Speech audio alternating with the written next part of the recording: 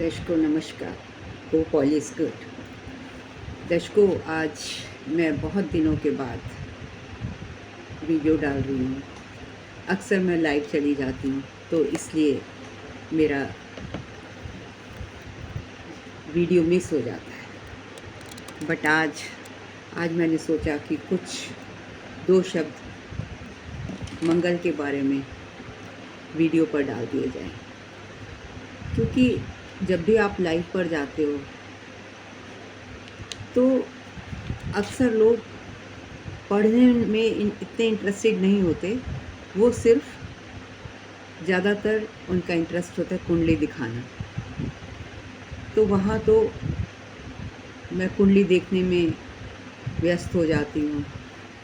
Daily live जाती हूँ रात को 11 बजे के बाद, और देखिए अब तक लाइव थी। बट मैंने सोचा कि थोड़ा सा ज्ञान जो मैं अपने गुरुओं के द्वारा, बुक के द्वारा, अपने एक्सपीरियंस के द्वारा गेन करती हूँ, वो मेरे दर्शकों तक जाना चाहिए। हालांकि इससे पहले 2 लाइव वीडियो मैं मंगल के डाल चुकी हूँ, बट अब उससे आगे देखिए, जो मंगल ग्रह है आप ऐसे समझ लीजिए ब्रह्मा विष्णु महेश। एक जो ब्रह्मा जी हैं वो क्रिएटर हैं, विष्णु जी पालनहार, और महेश जिनको हम भोले शंकर कहते हैं वो डिस्ट्रॉयर।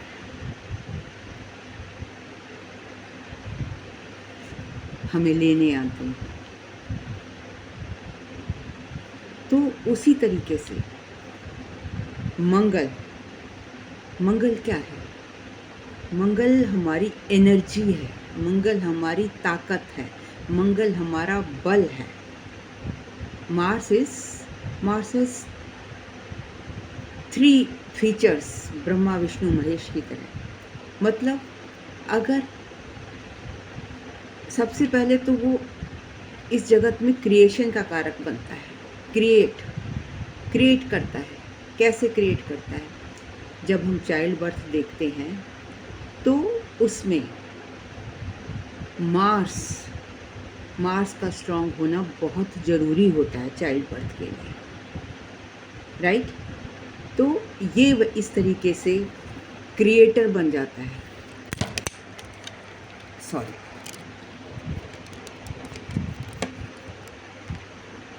ये क्रिएटर बन जाता है। अब पालनहार कैसे बनता है? पालनहार ऐसे बनता है, देखिए, ये आपकी रक्षा, प्रोटेक्टर जिसको आप कहते हैं, प्रोटेक्टर। अब जो लोग जिनका मंगल अच्छा होता है वो कहाँ जाते हैं? आर्मी में जाते हैं, डिफेंस में जाते हैं, फायर वर्क्स में जाते हैं। ऐसी जगहों पर नौकरी करते हैं जहाँ पर हमारे बल की ज़रूरत होती है। और बल से कौन जुड़े हुए हैं? हनुमान जी। तो अब सीमा पर हमारी रक्षा कौन करता है? हमारे जवान, आर्मी मैन। तो जब तक उनका मंगल स्ट्रांग नहीं होगा तब तक वो हमारी रक्षा नहीं कर सकते। तो मंगल बिकम्स अ प्रोटेक्टर। बट अब जहाँ ये क्रिएटर है, जहाँ ये प्रोटेक्टर है, वहाँ पर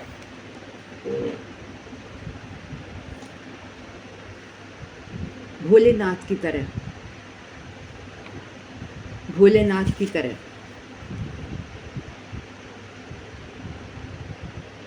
डिस्ट्रॉयर भी है। महेश, ब्रह्मा विष्णु महेश। डिस्ट्रॉयर कैसे?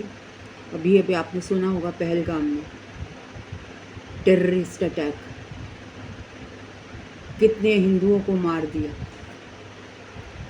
तो जब भी टेररिस्ट बन जाता है, जब बिगड़ जाता है, क्रिमिनल बन जाता है, तो ये सब क्या है? ये भी तो मंगल है। मतलब कि अगर मंगल ग्रह पॉजिटिव वे में एक्ट कर रहा है, सुधर गया, तो ये महावीर हनुमान है, हनुमान जी हैं। और बिगड़ गए तो भस्मासुर। वो कैसे?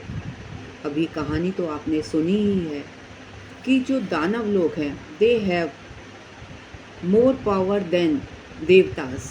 मतलब देवता पावर इन द सेंस ये नहीं कि बल की पावर की बात कर रहे हैं। अगर बल की बात करते हैं तो जो जितने भी राक्षस गण हैं उनमें मंगल का स्टेमिना इतना ज़्यादा है कि वो हजारों करोड़ों तक सालों तक तप योग करने का सामर्थ्य रखते हैं। तो जब प्राचीन काल में हमने पुराणों से जाना है कि जो ये दानव लोग थे, इनको यही इच्छा होती थी कि वो अमर हो जाएं, सब पर विजय पा लें।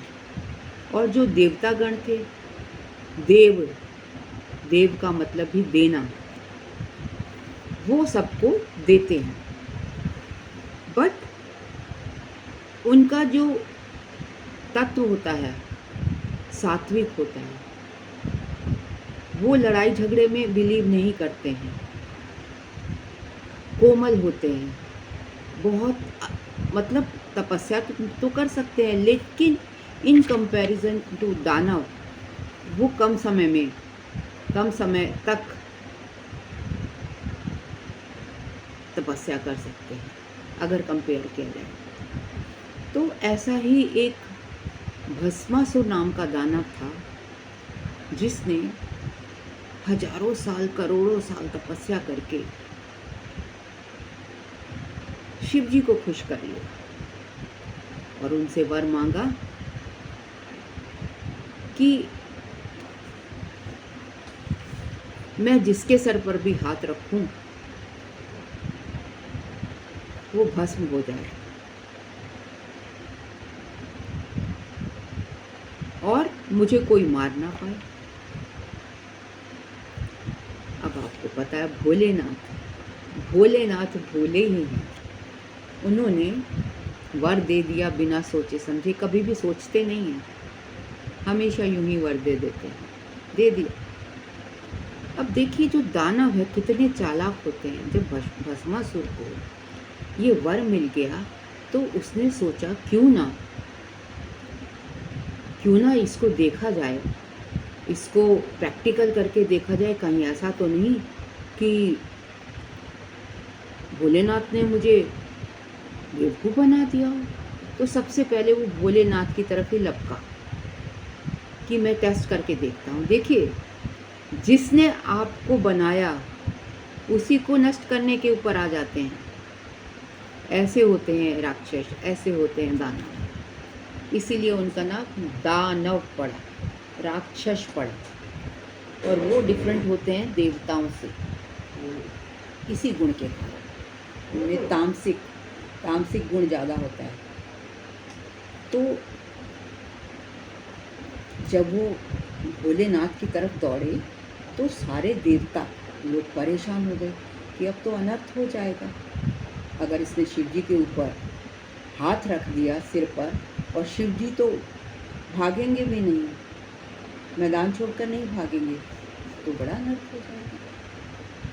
तो विष्णु जी ने मोहिनी का रूप धारण किया और नृत्य शुरू कर दिया। नृत्य शुरू करते ही भस्मासुर मग्न हो नृत्य करने लगा। और नृत्य करते करते उसको इतना उन्होंने मद में चूर कर दिया, वो खुश था कि मेरे पास शक्ति आ गई है, कि विष्णु जी ने अपने सर पर हाथ रखा। और जब सर पर हाथ रखा तो भस्मासुर ने भी रखा। अब भस्मासुर ने रखा तो क्या हुआ, भस्म हो गया। इस तरीके से विष्णु जी ने मंगल के कोप से भगवान शंकर को बचाया। तो कहने का मतलब ये है कि जब मंगल क्रोध में आ जाए तो भस्मासुर बन जाए, और जब मंगल बिगड़ गया तो देवताओं को किसके शरण में जाना पड़ा? भोलेनाथ की शरण में और विष्णु जी की शरण में। तो जब भी आपकी कुंडली में मंगल आपको पीड़ित कर रहा हो, आपको पीड़ा दे रहा हो, तो आप किसकी शरण में जाएंगे? आप भगवान शंकर की शरण, भगवान विष्णु की शरण में जाएंगे। ओम नमो नारायण, ओम नमो नारायण का जाप करेंगे। और यू कैन चैंट विष्णु सहस्त्र नाम। मतलब अगर मंगल के कोप से आपको कोई बचा सकता है तो कौन है वो? भगवान विष्णु, जगत के पालनहार। अब इस तरीके से तो हमने देखा कि जब मंगल बिगड़ जाता है तो भस्मासुर बन जाता है, लेकिन जब प्रोटेक्शन पे आता है तो क्या होता है? तो भगवान हनुमान की ताकत दे देता है, हनुमान बन जाता है, लाल लंगोटी वाला जो है, मत वाला, हमारा रखवाला। तो यदि आपकी कुंडली में आप मांगलिक हैं, देखिए पहले घर में, दूसरे घर में, चौथे घर में, सातवें घर में, आठवें घर में और 12वें घर में अगर मंगल बैठ जाए तो ऐसा कहा जाता है कि आपकी कुंडली में मांगलिक योग है। और ऐसा भ्रम भी है, ऐसा कहना भी है कि ये एक दोष है, इसको कुज दोष कहा जाता है। तो इसको शांत करने, वैसे तो ये 27-28 साल के बाद स्वयं ही इसका जो प्रकोप है वो कम हो जाता है। और फिर भी अदरवाइज मंगल के प्रकोप से अगर आप मांगलिक भी हैं तो मंगल के प्रकोप से आपको कौन बचाएगा? भगवान विष्णु। ओम नमो नारायण या विष्णु सहस्त्र नाम का आपको जाप करना है लगातार। मंगल कभी आपको नहीं सताएगा। क्यों? क्योंकि आप विष्णु जी की शरण में चले गए। अब हमने देखा कि मंगल, चलिए ये तो मांगलिक पॉइंट ऑफ व्यू से हमने डिस्कस किया। अब अगर हमारा मंगल, ऐसा कहा जाता है कि तीसरे जो उपचय हाउसेस होते हैं, कौन कौन से? तीसरा घर, छठा घर, 10वां घर और 11वां घर। इसके बारे में हम पिछले वीडियो में डिटेल में पढ़ चुके हैं, जिसको आप, अगर आपने नहीं गो थ्रू किया है, आपने नहीं पढ़ा है, तो आप उसको एक बार पढ़कर डिटेल में समझ सकते हैं कि किस तरीके से मंगल, जैसे एक सिक्के के 2 कॉइन होते हैं, उसी तरीके से मंगल अच्छे और बुरे रिजल्ट दोनों देता है। अब यूँ तो अगर एज पर रूल चले तो उपछाया हाउसेस में, तीसरे घर में, छठे घर में, 10वें घर में और 11वें घर में जब मंगल बैठा होगा तो आपके अच्छे परिणाम देगा। That Mangal will be strong, right. लेकिन यहीं पर बैठा हुआ मंगल अपनी चौथी दृष्टि, 7वीं दृष्टि और 8वीं दृष्टि से और घरों को भी देखता है, जिसकी वजह से उसकी दृष्टि के एस्पेक्ट हमें कुछ नेगेटिव रिजल्ट भी देते हैं। जैसे कि मंगल तीसरे घर में आपकी रक्षा कर रहा है, आपका प्रोटेक्टर बन गया है, आपके पुरुषार्थ को बढ़ा रहा है, राइट, आपको लीडर बना रहा है, आपको कॉन्फिडेंट बना रहा है, आप में कम्युनिकेशन पावर को स्ट्रॉन्ग बना रहा है, राइट, बहन भाइयों के प्रति काम कर रहा है,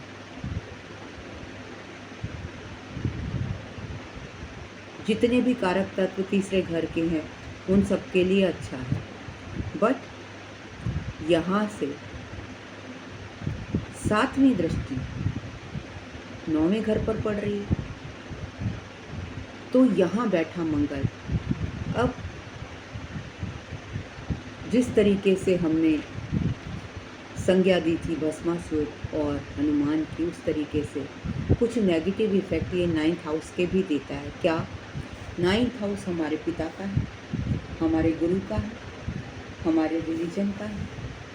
तो जब इसकी 7वीं दृष्टि मंगल की 9वें घर पर पड़ती है तो ये आपके पिता से आपके संबंध खराब कर देगा, आपके गुरु से आपके संबंध खराब कर देगा। तो देखिए वही मंगल है जो तीसरे घर में स्ट्रॉन्ग है, लेकिन उसका एस्पेक्ट 9वें घर पर पड़ा तो उसने अपने नेगेटिव इफेक्ट दे दिए। इसी तरह अगर वो उसकी जो चौथी दृष्टि है उससे वो किसको देखेगा? 6th हाउस को, सर्विस हाउस को। तो उस घर में क्या है? रोग ऋण रिपु। उनको तो रोग ऋण रिपु को तो वो खा जाएगा, वहाँ के लिए अच्छा है। अब इसकी 8वीं दृष्टि कहाँ पर पड़ेगी? मंगल की 8वीं दृष्टि पड़ेगी आपके 10वें घर पर। अगर ये उसको देख रहा है तो आपको आर्मी में भेज देगा, आपको कर्म स्थान पर तरक्की दे देगा। किस साइड में? डिफेंस साइड में, वहाँ पर आपका मंगल अच्छा है। लेकिन नेगेटिव क्या करेगा? आपका कॉन्फ्लिक्ट करा देगा आपके बॉस के साथ, आपके ऑफिस में, आपके कार्य स्थल पर। आपका वहाँ उसका कॉन्फ्लिक्ट का एटमॉस्फेयर करके टेंशन दे देगा आपको। तो देखिए एक ग्रह की थैली में पॉजिटिव और नेगेटिव सभी होते हैं, तो इसलिए कभी भी हम ग्रहों को सेपरेटली ये नहीं कह सकते कि कौन सा अच्छा है कौन सा बुरा है। और ये रिजल्ट्स कब मिलते हैं? ये रिजल्ट्स ज़्यादातर दशा आने पर एक्टिवेट होते हैं, ठीक है। अब अगर छठे घर का मंगल है तो मैंने आपको बताया रोग ऋण रिपुओं को अच्छा है, उनको खा जाएगा, निगल जाएगा। यहाँ से 12वें घर को देख रहा है तो आपको विदेश भी भेज सकता है। चौथी दृष्टि से 9वें घर को देख रहा है तो सेम जो तीसरे घर से दृष्टि दे रहा था 9वें घर को, गुरु और पिता से संबंध खराब कर रहा था, तो यहाँ से भी करेगा। 10वें घर में तो है ही अच्छा, लेकिन 10वें घर से वो 7वें घर को दृष्टि देगा तो पीस ऑफ माइंड खराब कर देगा। प्रोफेशन को अच्छा कर देगा, पीस ऑफ माइंड को खराब कर देगा। 10वें घर से अगर चौथी दृष्टि से लग्न को देखेगा तो आपके शरीर को हष्ट-पुष्ट बना देगा, आपको रोगों से लड़ने की क्षमता दे देगा, इम्यूनिटी बढ़ा देगा, ये सब करेगा। बट यहाँ पर थोड़ा सा आपको एग्रेसिव नेचर भी कर देगा, आपको इम्पल्सिव बना देगा। तो देखिए पॉजिटिव और नेगेटिव दोनों ही रिजल्ट देता है मंगल उपछाया हाउसेस में, उपचय हाउस में या किसी भी घर में बैठे। अब 11वें घर में मंगल बैठा है तो 11वां घर किस चीज़ का है? 10वें घर से चौथी दृष्टि यहाँ डाली, 10वें घर से 7वीं दृष्टि डाली, 8वीं दृष्टि वो बच्चों पर डाल देगा, तो क्या करेगा चिल्ड्रन हाउस में? आपके अगर आप मतलब फीमेल है तो आपके कई अबॉर्शन करा देगा। चाइल्ड बर्थ में प्रॉब्लम मंगल अच्छा है चाइल्ड बर्थ के लिए, लेकिन एबॉर्शन अगर नेगेटिव उसमें बैठा है, स्टेट में बैठा है, तो उसके ऊपर और ग्रहों का भी इफ़ेक्ट है, मेलिफिक इफ़ेक्ट है। मेलिफिक तो क्या करेगा? तो एबॉर्शंस करा देगा। 11वां घर किसका है? 11वां घर आपके डिज़ायर्स का है, 11वां घर लाभ का है, तीसरा घर काम का है, छठा घर क्रोध का है, 11वां घर लोभ का है, डिज़ायर्स का है, काम क्रोध लोभ।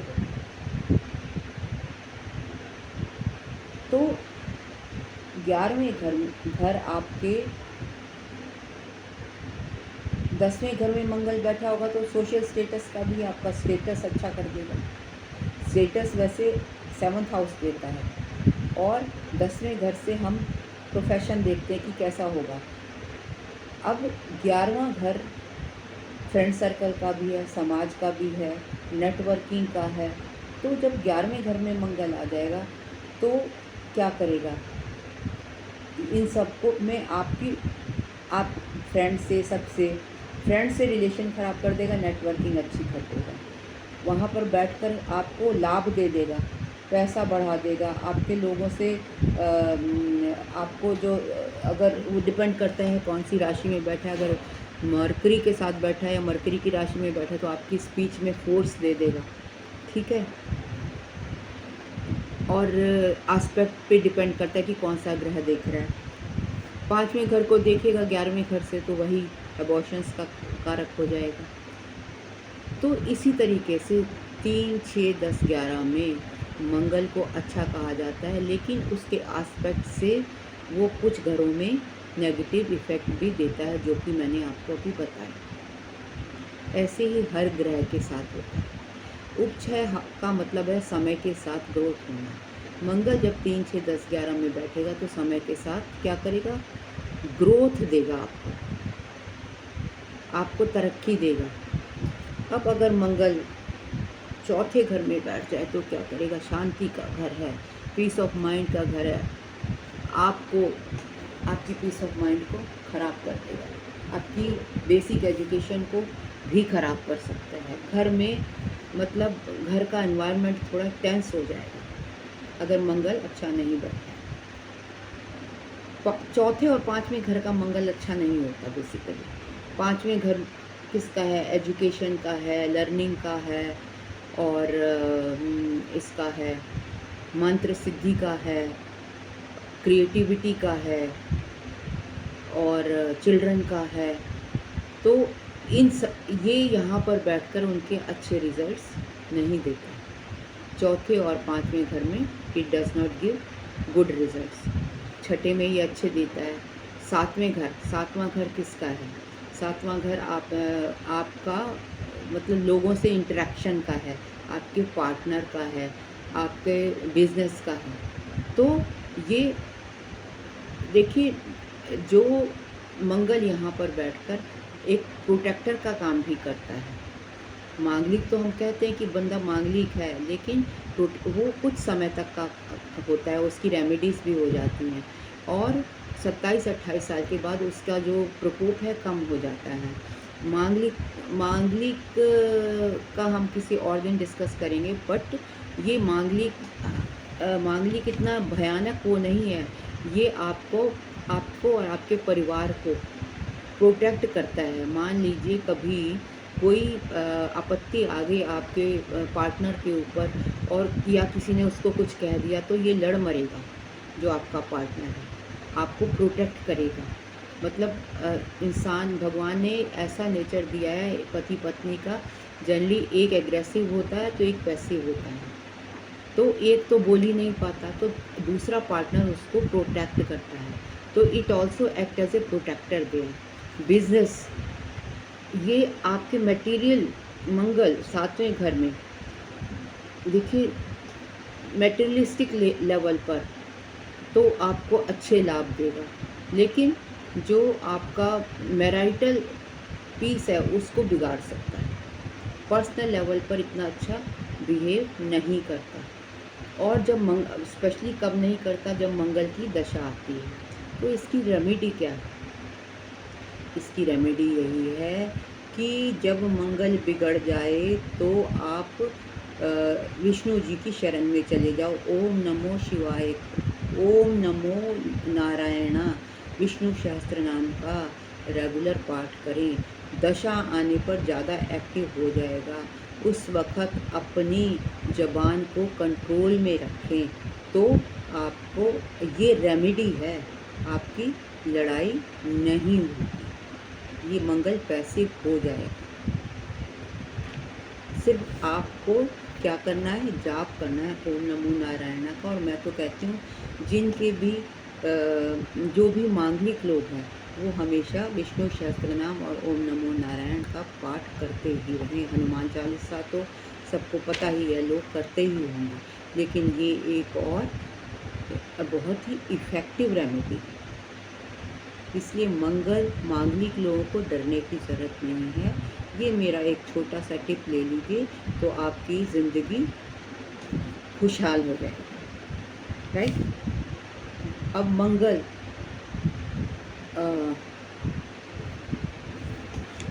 हमने कहाँ तक पढ़ा?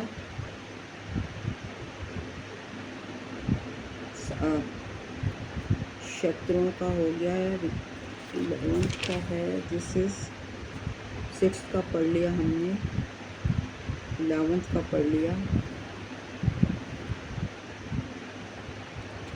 ओके, अब किसका?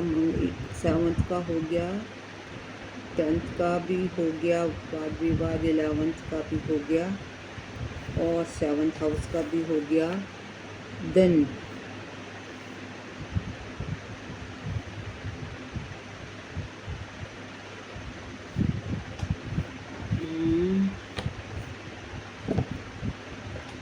अच्छा, अभी हमने सब हाउसेस का पढ़ लिया, ठीक है। 6, 8, 3, 6, 8, 3, 6, 10, 11, देन लग्न का और फिर उसके एस्पेक्ट के द्वारा 9th का, सभी घरों का पढ़ लिया, राइट। अगर 8वें घर में है तो आपको ये एंसेस्ट्रल प्रॉपर्टी से लाभ करा देगा। अगर शुक्र की राशि में या शुक्र का एस्पेक्ट है तो थोड़ा आपको उससे एक्सीडेंट से बचकर रहना पड़ेगा।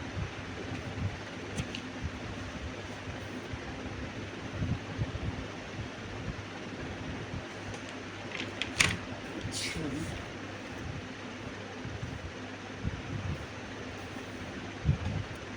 ये भी हमने पढ़ लिया। अब क्या पढ़ेंगे?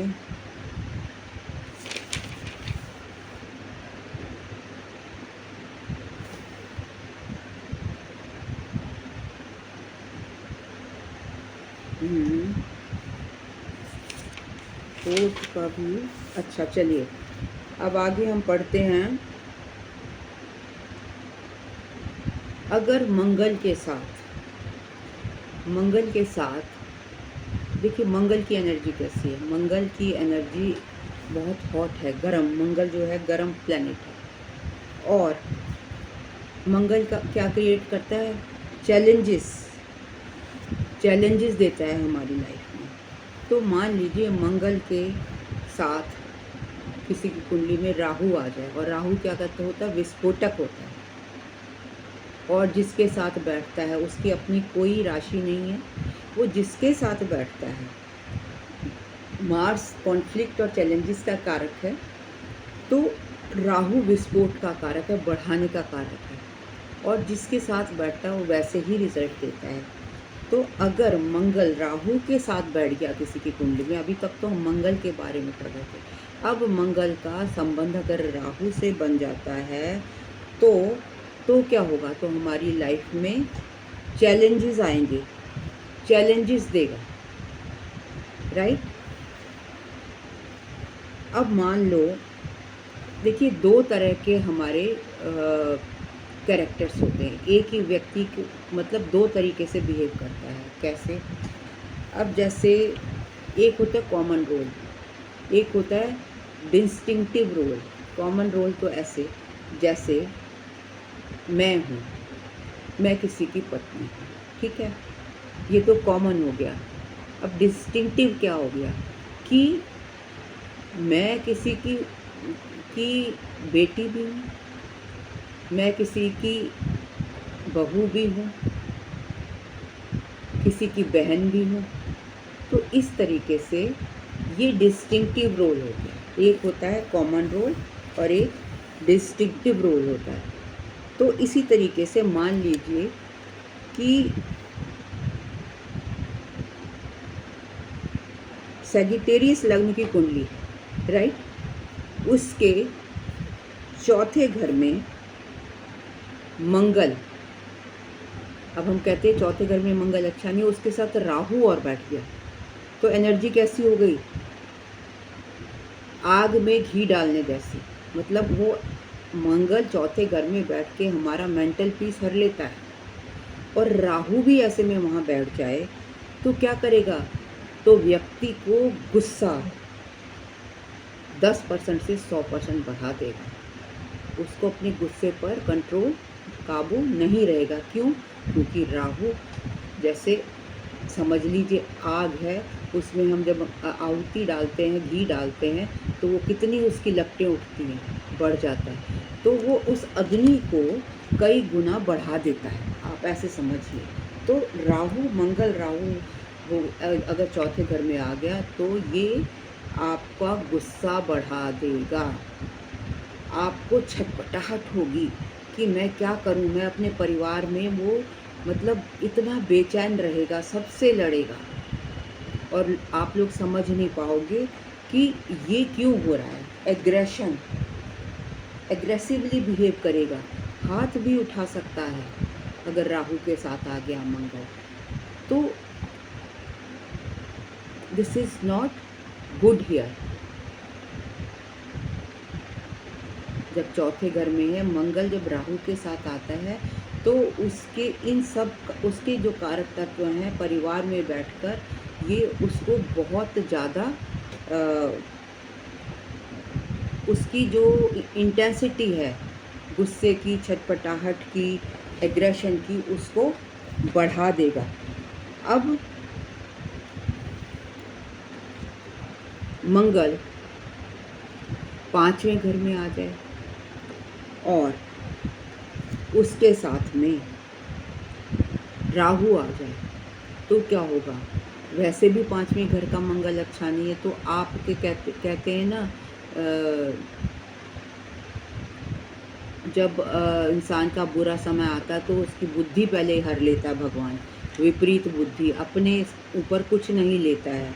तो मंगल जब इसके साथ, राहु के साथ अगर पांचवें घर में आ जाए तो कॉन्फ्लिक्ट तो देता ही देता है वहाँ पे, और क्या करता है, राहु उसको और बढ़ा देता है, आपकी बुद्धि को हर लेता है, आपके जितने भी कारक तत्व पांचवें घर से जुड़े हैं उनको उनका नाश कर देता है।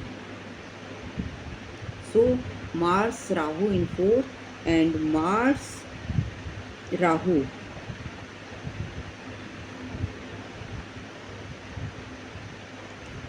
जब यहाँ बैठा है आप, बट वो इस हिसाब से आपके वो देगा, जो रिजल्ट्स देगा कि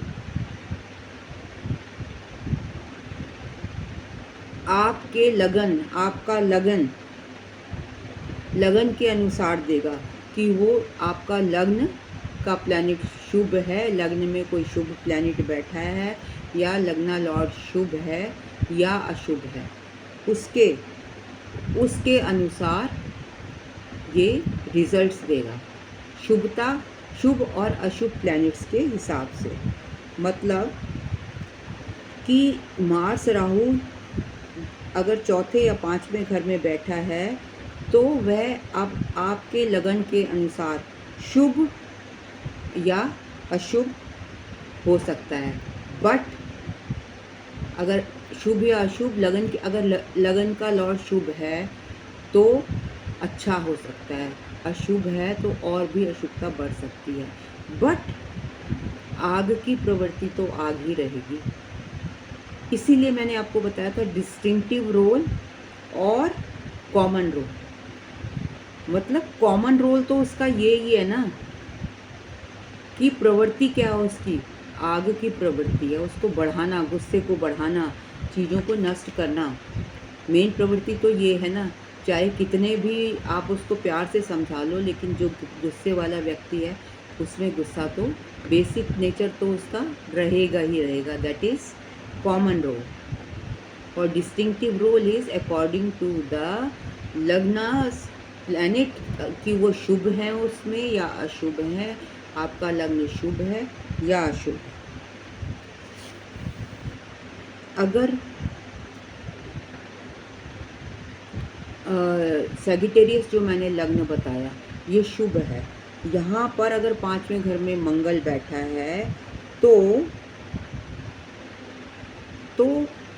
इतना बुरा नहीं है, तब ये अच्छे रिजल्ट देगा क्योंकि उसका जो लॉर्ड है वो शुभ है।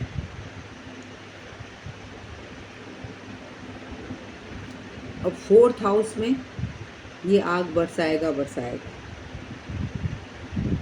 5th हाउस में मार्स राहु बुद्धि और आपकी चेतना दोनों को हर लेगा अगर उसके ऊपर कोई बेनिफिट इफेक्ट नहीं है।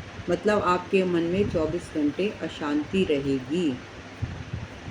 अगर आप किसी से अफेयर, रोमांस का भी एक है, अगर आपका किसी से अफेयर है और 5th हाउस में मंगल और राहु है तो आपको मतलब वो अफेयर में भी आपकी हर वक्त टिक टिक टिक टिक लगी रहेगी।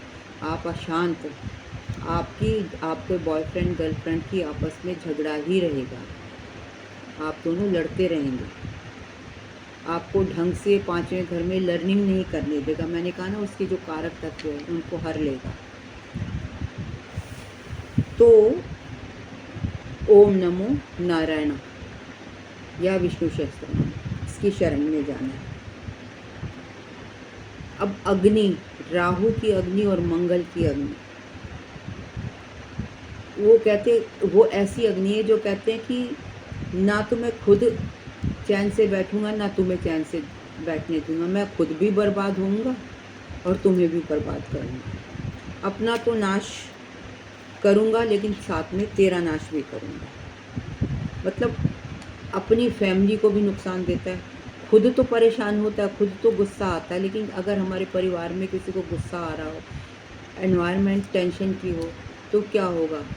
तो ऐसे केस में हमें भी टेंशन होगी ना। तो खुद तो आप तहस नहस हो ही रहे हैं, हमें भी उस अग्नि में झुलसा रहे हैं।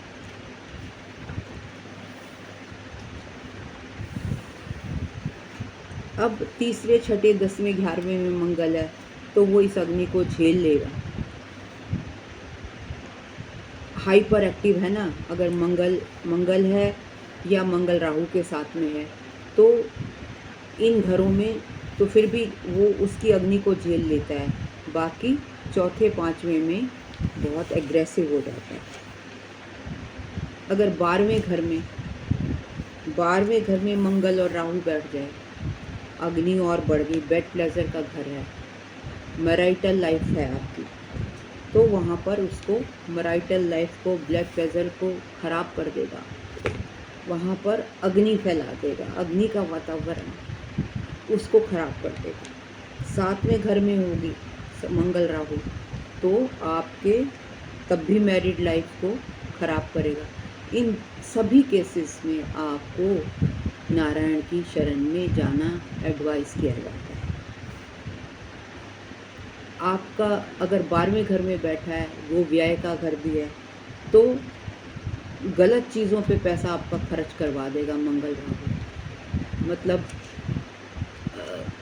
बेड प्लेजर्स में पैसा बर्बाद करा देगा, गलत कामों पे पैसा बर्बाद करा देगा, खर्चा बहुत करवा देगा। अचानक आपको धन तो दे सकता है 3, 6, 10, 11 में जब बैठा होगा मंगल और राहु। जब 3, 6, 10, 11 में बैठा होगा तो धन तो अचानक दे सकता है, लेकिन अचानक ले भी सकता है, क्योंकि राहु का नेचर है सडननेस का, अचानक किसी इवेंट के करने का। तो धन तो दे सकता है, लेकिन धन जैसे आपको करोड़पति बना सकता है, उससे रोडपति भी बना सकता है।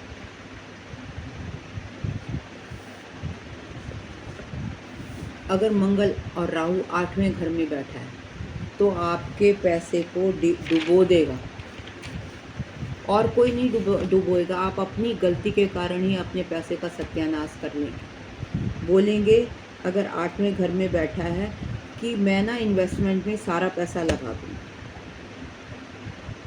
और या जुए सट्टे में आप सारा पैसा लगा देंगे, सडनली अपने पैसे को कहीं इन्वेस्ट कर देंगे, खर्च कर देंगे।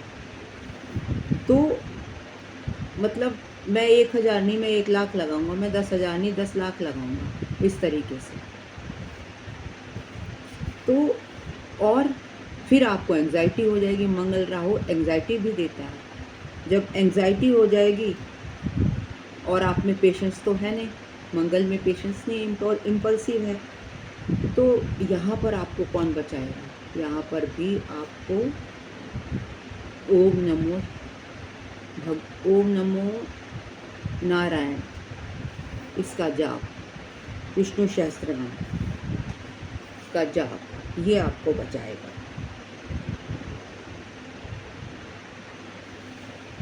अगर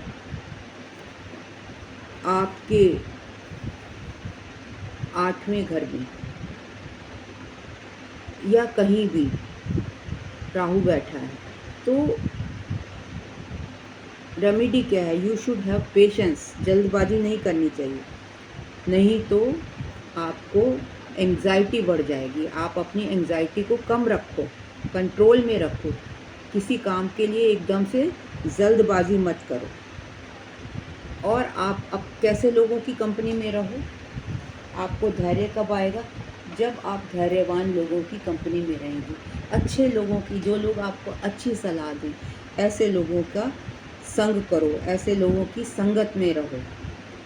नहीं तो मार्स राहु आपको एंजाइटी दे देगा।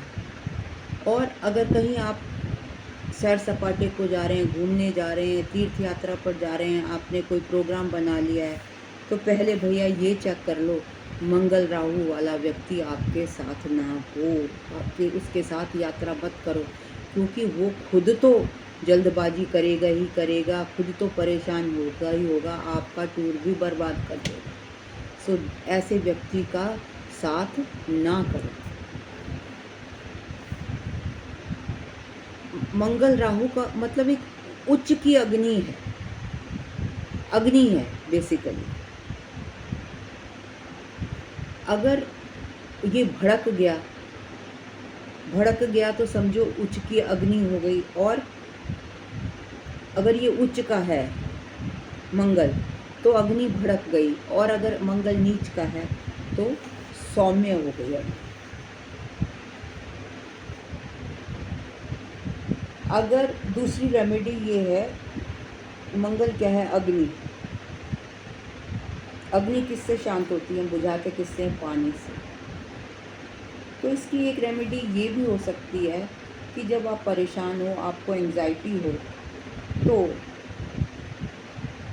आप किसी पानी वाली स्रोत के पास जाकर बैठ जाओ। पहली बात, नहा लो, स्नान कर लो, गंगा जमुना, किसी नदी, किसी फाउंटेन, ऐसी जगह पर जाकर बैठ जाओ। तो आपकी जो है मार्स राहु की एनर्जी जो है कूल डाउन हो जाएगी, आपकी एंजाइटी जो है वो शांत हो जाएगी। आप हरिद्वार चले जाओ, उसमें स्नान कर लो, राहु राहु तो गंगा स्नान है, वहाँ पे स्नान कर लो।